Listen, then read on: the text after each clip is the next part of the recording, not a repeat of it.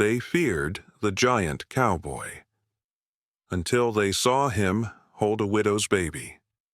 The Blackwood Territory was a god-forsaken stretch of skeletal pines, a land that breathed isolation, regret, and a silence so profound it felt like a judgment. Here Caleb, a mountain of a man they called the giant, knelt, his massive hands offering a bruised apple to a skittish fawn. His movements were a slow, deliberate prayer, a stark contrast to the raw power coiled in his shoulders. He was a man who had learned the hard way that his own strength was a curse. For in the eyes of the last family he'd tried to save, their gratitude had twisted into raw terror, a look that had sent him fleeing into this hardscrabble solitude. But today a new sound drifted on the wind. Not the cry of a hawk, but the sharp, desperate sob of a woman. A sound that promised the very thing he'd sworn off forever, a reason to be strong again. And he knew with the cold certainty of a loaded gun that his peace was about to be paid for in blood. The Blackwood Territory was a god-forsaken stretch of skeletal pines, a land that breathed isolation, regret, and a silence so profound it felt like a judgment. Here Caleb, a mountain of a man they called the giant, knelt, his massive hands offering a bruised apple to a skittish fawn. His movements were a slow, deliberate prayer, a stark contrast to the raw power coiled in his shoulders. He was a man who had learned the hard way that his own strength was a curse. For in the eyes of the last family he'd tried to save, their gratitude had twisted into raw terror, a look that had sent him fleeing into this hardscrabble solitude. He was a man of curses and whispers, of quiet, lonely things. But today a new sound drifted on the wind. Not the cry of a hawk, but the sharp, desperate sob of a woman. His first instinct was a cold, familiar command retreat. He was a ghost in these woods, and ghosts do not meddle in the affairs of the living. To be seen was to be judged. To help was to risk that terrible moment when salvation became monstrosity. The memory was a brand on his soul. The splintering of wood, the high-pitched scream, the look on their faces. They had not seen a savior. They had seen a beast. He closed his eyes, the scent of pine and damp earth filling his senses. He would stay here. He would let the sound fade. He would remain unbroken because he remained alone. But the sound did not fade. It grew, snagging on the breeze, pulling at him. It was a sound of a different kind of breaking. Not of bone, but of spirit.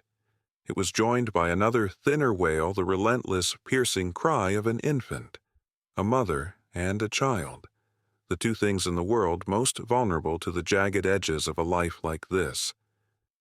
Against every law he had set for himself, his feet began to move. He did not stride.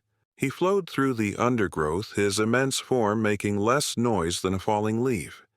The man who could snap a pine log in two moved with the grace of a shadow drawn toward a pain he knew he should ignore. A tiny, treacherous part of him wondered what it would be like to be seen as a protector just once. He stopped at the edge of a game trail that widened into a crude road. The scene was laid bare. A rickety wagon, its rear wheel shattered, sagged into the dirt like a wounded animal. A woman, young and with exhaustion carved deep into the lines of her face, paced beside it. In her arms she rocked a small blanket-wrapped bundle, her hushed words lost to the baby's frantic screams. "Hush now, Leo, please. Please be still," she pleaded, her voice cracking. Caleb watched from the shadows of the ancient pines. He saw the tremble in her hands. He saw the dark smudges of grief and fear beneath her eyes. He saw a soul worn down to a raw nerve. This was not his fight. This was a world of sorrows he had exiled himself from. He should leave. He took a breath, ready to melt back into the woods, to leave her to her fate, whatever it may be. But he didn't move. His boots felt welded to the earth. What was one more ghost in a world full of them? He stepped out of the trees. The woman Hannah, though he did not know her name, gasped, her body going rigid. She stumbled back a step, clutching the screaming infant to her chest, as if to shield him with her own body. Fear, pure and sharp. It was the look he always expected, the look that always broke something inside him. His own voice, when it came, was a low rumble, rough as shifting rock. He fought to keep it soft.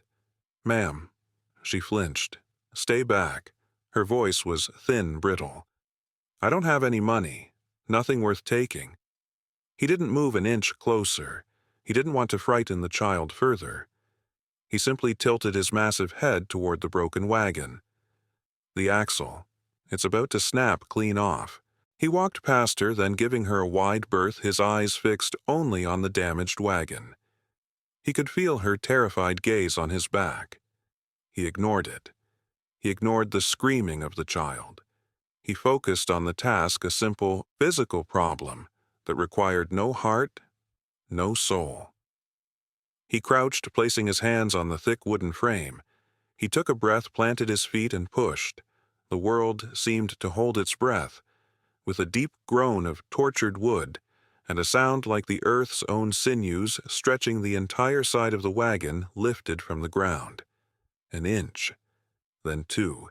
He held it there, his muscles screaming, sweat beating on his brow. The sheer impossible strength of the act was a silent testament. Hannah's sobbing had stopped her mouth agape in disbelief. But that wasn't the silence that struck Caleb to his very core. It was the other silence. The baby. Leo had stopped crying. Slowly, carefully, Hannah looked down at the bundle in her arms. The infant's face, red and puffy from screaming, was now still. His wide, tear-filled eyes were not looking at his mother. They were fixed on the giant, on the impossible man holding their broken world up with his bare hands. And then a small pink hand emerged from the blanket. It did not clench in fear. It did not recoil. It reached. Time froze. The weight of the wagon was nothing. It was a feather, a ghost of a thing compared to the impossible gravity of the moment. Caleb's world, once a vast and empty wilderness of self-imposed exile, had shrunk to the space between himself and the child. The tiny reaching hand was an accusation and a pardon all at once. It did not see a monster. It did not see the terrible strength that could splinter wood and bone. It saw only a mountain solid and sure, a fixed point in a dizzying world of screams and fear. For the first time in a decade, a human gaze met his without judgment, and it belonged to a soul too new to have learned how to hate. The spell was broken by his own burning muscles. He couldn't hold the weight forever. "Ma'am." He grunted the word, a ragged stone in his throat. "The axle. Find a log to block it. Quick now."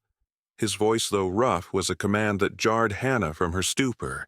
She blinked, her fear momentarily replaced by a sharp, practical focus. She nodded a quick, jerky motion and laid the now silent Leo in a makeshift bed of blankets in the wagon's interior. She moved with a surprising swiftness, her grief-worn body finding a reserve of strength. She found a stout piece of fallen timber by the roadside and dragged it back, her eyes flicking from Caleb's straining face to the precariously balanced wagon. "Like this?" she asked, her voice no longer a tremble but a question seeking guidance. "Lower." Wedge it under the frame, he instructed, his breath coming in sharp hisses. They worked in a strange, unspoken rhythm. The giant and the widow. The outcast and the grieving. He, the immovable object holding back disaster. She, the swift, desperate force working to secure their fragile safety. She shoved the log into place, kicking rocks and earth around its base to secure it. It was a clumsy repair, but it would hold. "It's set," she breathed, stepping back.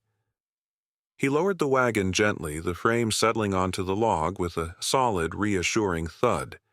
He straightened up his hands, trembling not from the effort, but from the sudden, shocking release of it.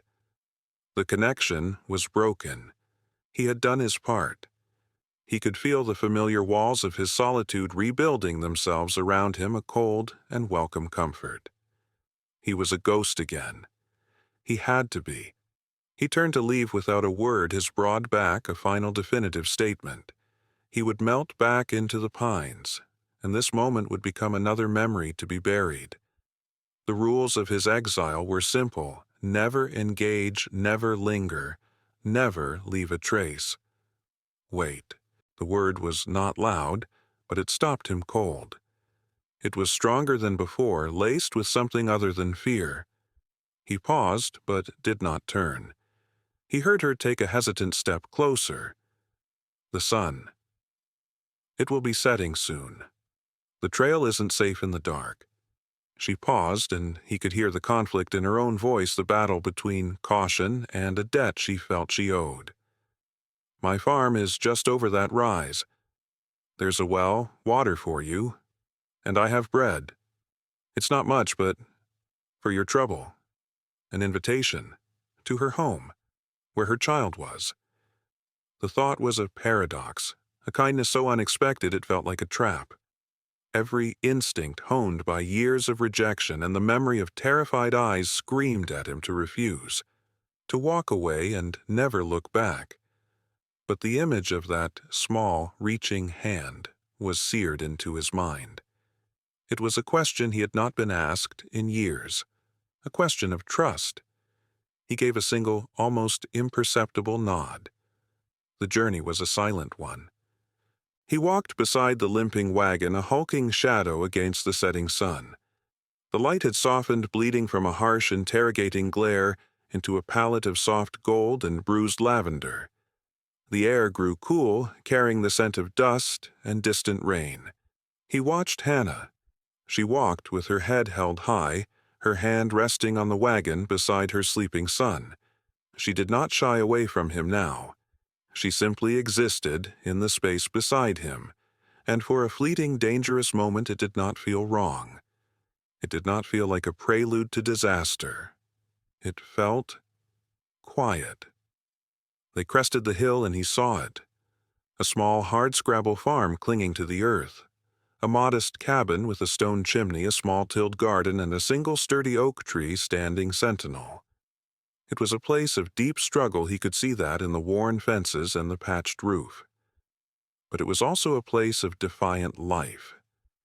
It was a home. Hannah stopped at the base of the 2 short steps leading to her porch. She turned to face him, the last of the evening light catching the determined set of her jaw and the profound weariness in her eyes. The baby, Leo, stirred in her arms, not with a cry, but with a soft, contented coo, his sleepy gaze finding Caleb in the twilight. A strange, unreadable emotion flickered across Hannah's face. It was not fear. It was not gratitude. It was a quiet, soul-deep bewilderment. "He feels safe with you," she whispered, the words hanging in the cool, still air between them. "I don't understand it. But he does. Safe." The word was an echo from a foreign country. Caleb stood at the edge of her porch, a threshold of light and warmth he had no right to cross. Safety for him was the cold, hard certainty of being alone. It was the absolute knowledge that his hands, these clumsy, powerful tools of destruction, could bring no harm if they never touched another soul. The warm lamplight spilling from the cabin window felt like a fire, the scent of baking bread like an accusation. This world of hearth and home was a language he had forgotten how to speak. He was a creature of stone and shadow, and this was a house of wood and light. Hannah seemed to sense his hesitation, this invisible barrier he stood behind. "The water pump is round back," she said softly, shifting Leo in her arms. "You can wash up. I'll see to the bread." She had given him a task, a reason to be near without being inside. She had given him an anchor. He moved to the hand pump in the gathering dark. The rhythmic squeak of the handle and the splash of cold, clean water were the sounds of a life he had forsaken. He plunged his hands into the stream, watching the day's grime wash away. He saw them for what they were, wide and thick, crisscrossed with white scars, the knuckles like worn stones. Hands made for breaking things. But just an hour ago, a child had reached for one. The memory was a fresh wound.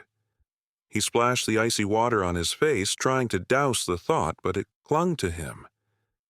In the dark surface of the water in the bucket, he saw a fleeting, distorted reflection of his own face, a stranger's face, haggard and brutal. He looked away.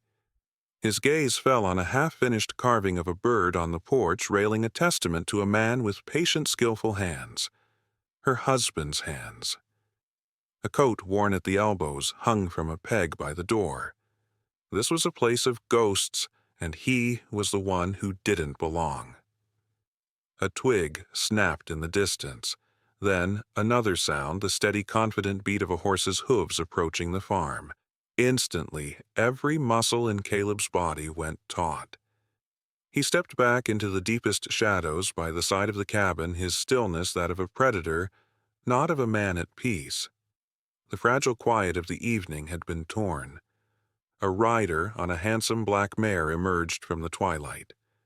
He was a man who wore his clothes and his cruelty with equal ease. He sat tall in the saddle, his gaze sweeping over the small farm with an air of dismissive ownership. He reined in his horse just as Hannah stepped out onto the porch, the lamplight from the open door silhouetting her, making her seem small and defiant. "Evenin'," Hannah the man drawled, his voice smooth, but with an edge like a shard of glass. "Mr. Caldwell was just wonderin' if you've had a chance to reconsider his very generous offer." Hannah's back straightened. "My answer is the same as it was yesterday, Fletcher. This farm is not for sale." Fletcher's gaze slid past her to the broken wagon, a smirk touching his lips. Then his eyes narrowed, catching movement in the shadows. He saw Caleb. He saw the sheer impossible size of him. The smirk vanished, replaced by a cold, appraising curiosity. "Well, well," Fletcher said, his tone dripping with contempt. "Looks like you found yourself some help."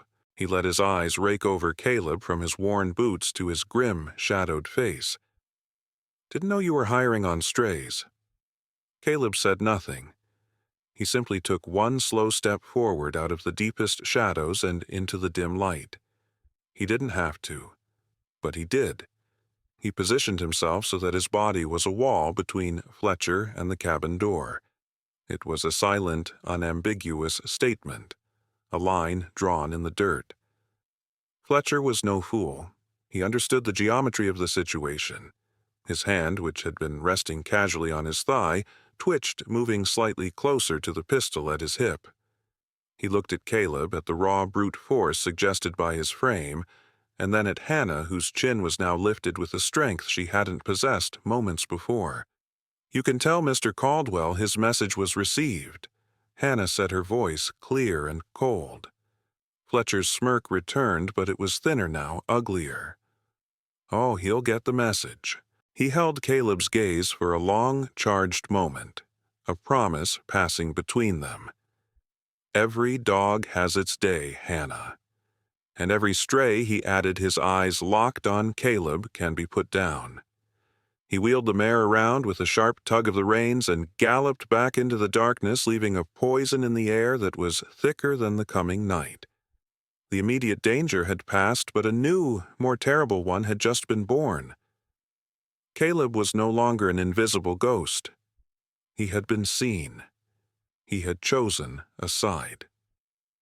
Hannah stared into the darkness where Fletcher had vanished, her hand pressed to her throat. She turned her eyes wide as she looked at the silent giant who had become her shield. The bewilderment was still there, but it was now illuminated by a flash of dawning, terrible clarity. "They saw you," she whispered, the words barely audible. Now they'll be coming for you too." Her fear for him was a stranger in a land he knew by heart. Caleb was accustomed to being the cause of fear, the dark shape in the corner of the eye, the reason for a hushed silence or a hurried step. But to be the object of someone's concern, this was a disorienting, unfamiliar terrain. Her words, "They'll be coming for you too," did not feel like a warning.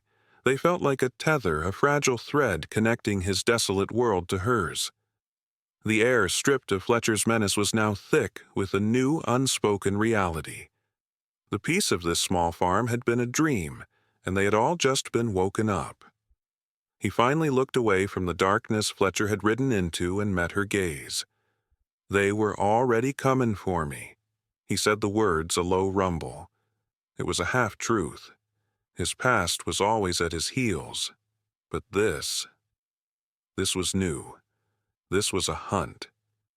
"Not like this," Hannah insisted, shaking her head as she pulled the cabin door open wider, the lamplight a welcoming spear against the gloom.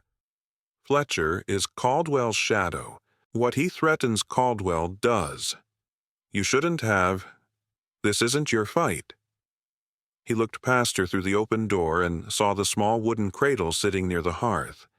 He thought of the child sleeping within it, the child who had reached for him without fear. He looked back at her at the fierce, frightened loyalty in her eyes. "He made it my fight." There was nothing more to say. She stepped aside, a silent invitation into the fortress of her home. Caleb hesitated for only a heartbeat before stepping over the threshold, his massive frame seeming to shrink the small room. It smelled of wood smoke, dried herbs, and the faint, sweet scent of milk. A child's carved wooden horse lay on its side on the rag rug. A worn quilt with meticulously stitched patches was draped over a chair. This was the anatomy of a life, of a love, of a home.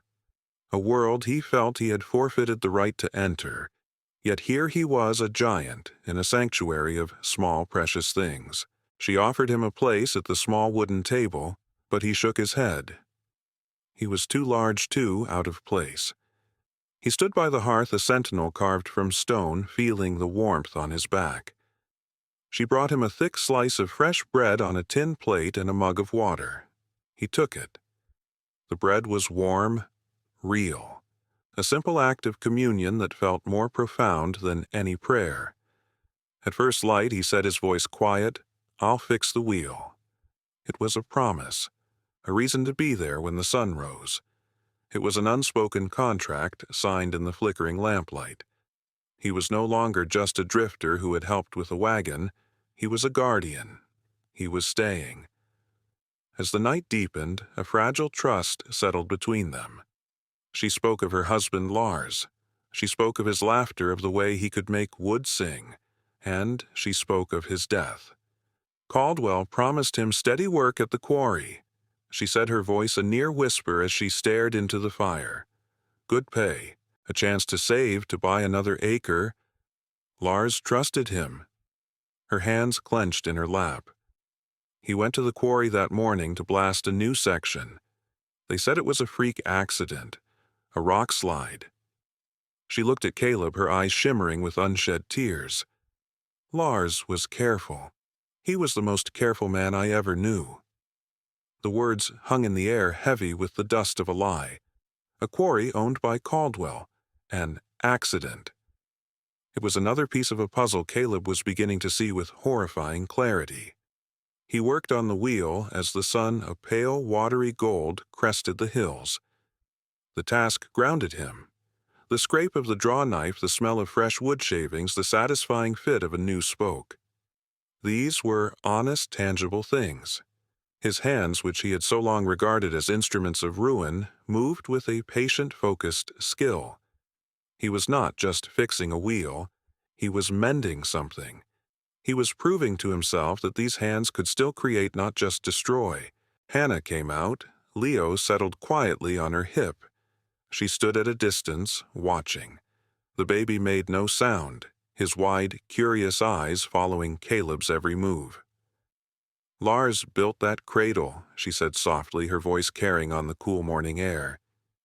He said a cradle had to be strong enough to hold dreams. Caleb's hands stilled for a moment. He ran a thumb over the smooth grain of the wood he was shaping. He was a good man. The best, she affirmed, a wave of pain crossing her face. He thought Caldwell was a good man, too. Caleb finished the repair in silence, his mind fitting the pieces together. Caldwell wanted the land. Lars wouldn't sell. An accident at Caldwell's own quarry. It was a story as old and ugly as the unmarked graves that dotted the frontier. He fitted the mended wheel onto the axle, greased it, and gave it a spin. It turned true. The wagon was whole. He stood up, wiping his hands on his trousers, and turned to face her. The work was done. His reason for being here was gone. "The wagon's fixed," Hannah said, stating the obvious. Her voice was steady, but he heard the question beneath it. "You're free to go. No one would blame you for riding on. Not after last night."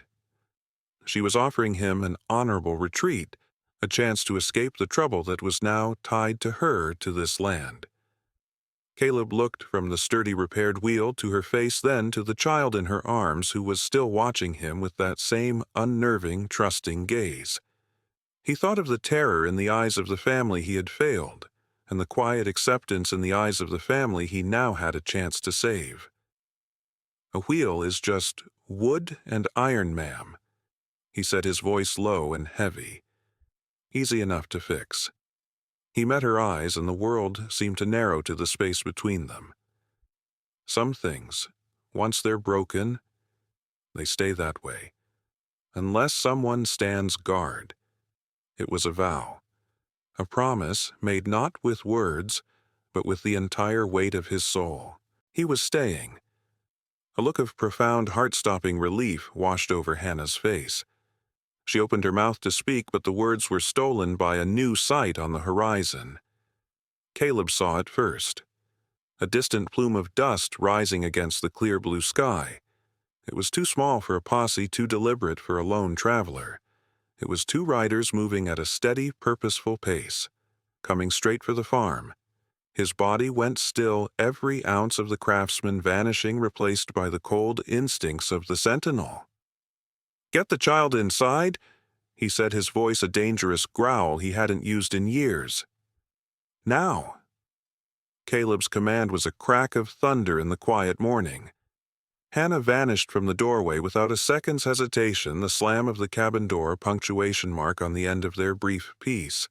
He was alone in the yard, a single vast obstacle between the fragile life in that cabin and the dust cloud on the horizon.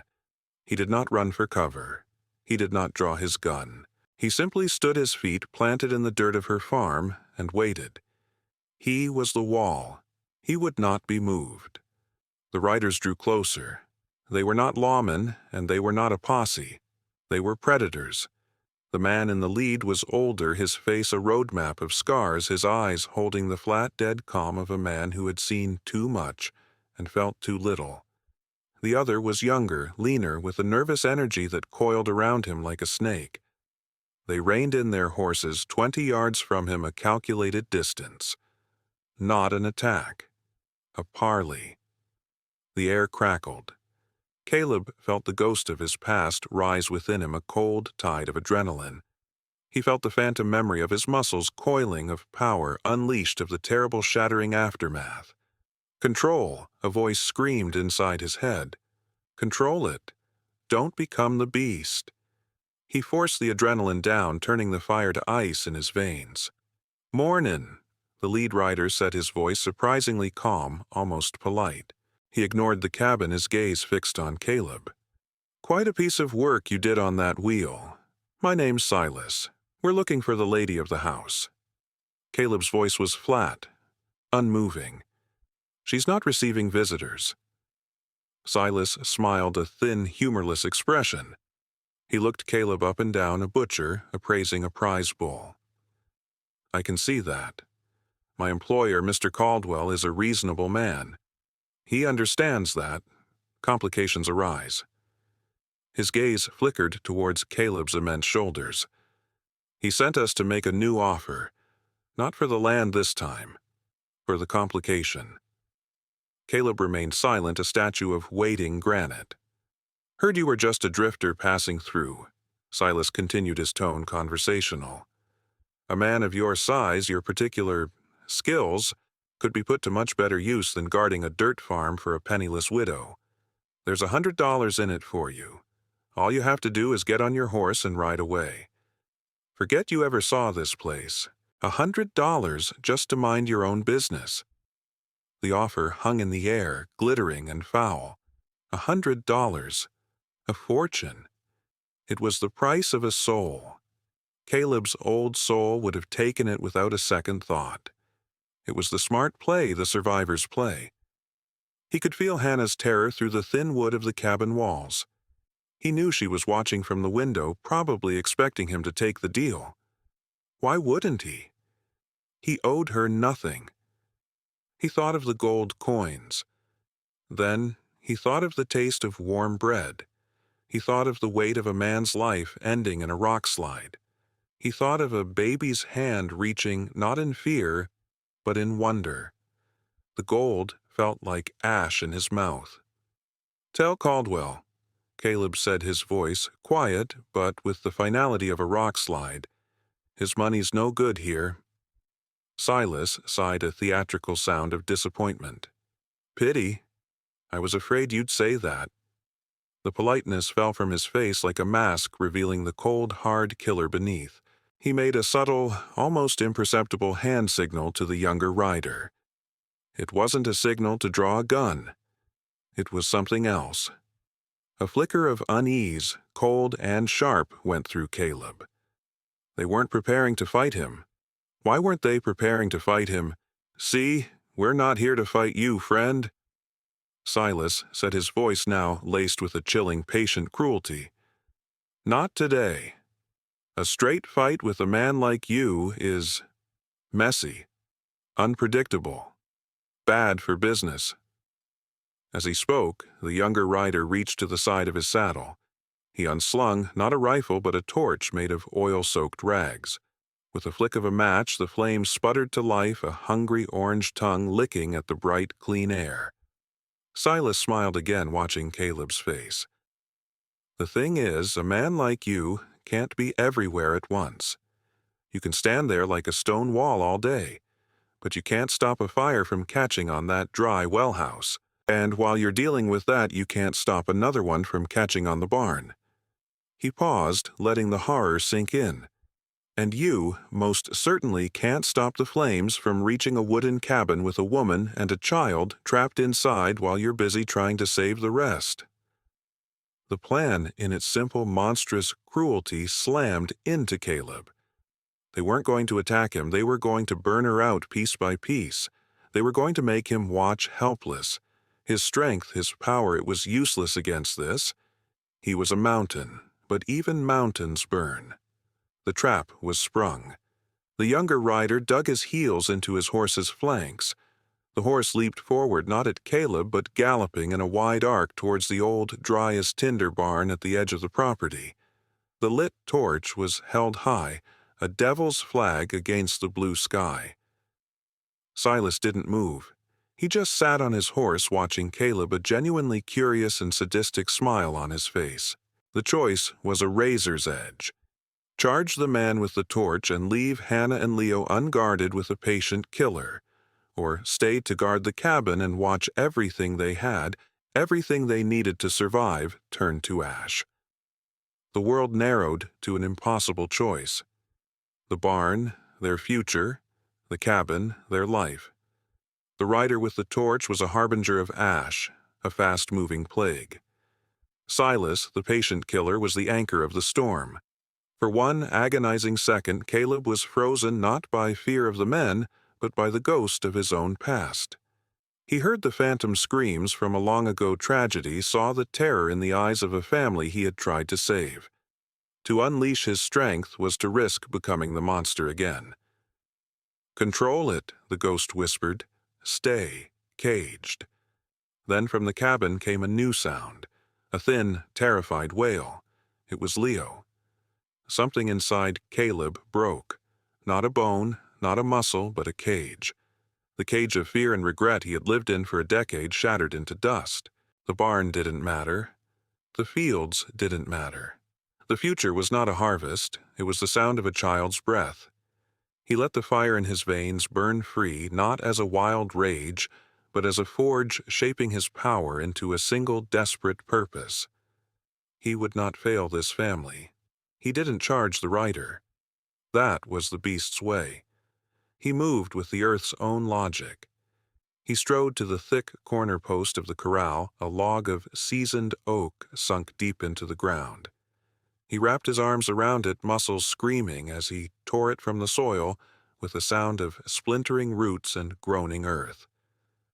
Silas watched his smug confidence dissolving into stunned disbelief. He had planned for a man. He was facing a force of nature. With a roar that was the culmination of a lifetime of pain, Caleb hurled the massive post. It flew an impossible spinning spear of timber not at the rider, but at his horse. It struck the animal's forelegs, and the horse went down in a tangle of screaming flesh and bone. The rider was thrown, his torch flying into the dirt, extinguishing in a puff of smoke. In that same moment, the cabin door flew open. It was Hannah. She wasn't cowering. She was holding a long, heavy hunting rifle, its stock pressed firmly against her shoulder. She didn't waste a glance on the fallen man. Her aim was steady, her eyes cold as iron, and the rifle was pointed directly at Silas's chest. The geometry of the world had changed. Silas was now the one who was trapped. His plan was in ruins. His partner was a groaning heap on the ground, and he had a giant storming towards him while the widow he'd tormented held his life in her hands. He was a man who calculated odds. These odds were bad. "Get off my land." Hannah's voice rang out, shaking but unbreakable. Silas looked from her steady gaze to the advancing Titan, and for the first time Caleb saw fear in the killer's eyes. He gave a single sharp nod, wheeled his horse, and galloped away, abandoning his partner, his pride, and his payday. Silence fell profound and absolute. Caleb stood in the yard, his chest heaving, the fire in his veins slowly cooling to embers. He looked down at his hands, half expecting to feel the old familiar shame. He felt nothing but the thrum of his own heartbeat. Hannah lowered the rifle. She walked across the yard, her steps sure not stopping at a safe distance. She walked right up to him, close enough to feel the heat coming off his skin. Her eyes searched his face, and for the first time he did not look away. She did not look at his hands. She looked at him. Then she reached out and laid her palm gently on his trembling forearm. It was not a plea or a thank you. It was an anchor, a simple grounding touch that said, "I see you. I am not afraid." He looked down at her hand on his arm, then at the small cabin with the open door where a child was safe. It was not a fortress. It was a home. And for the first time in a life that felt like it belonged to another man, Caleb felt like he had finally come home too.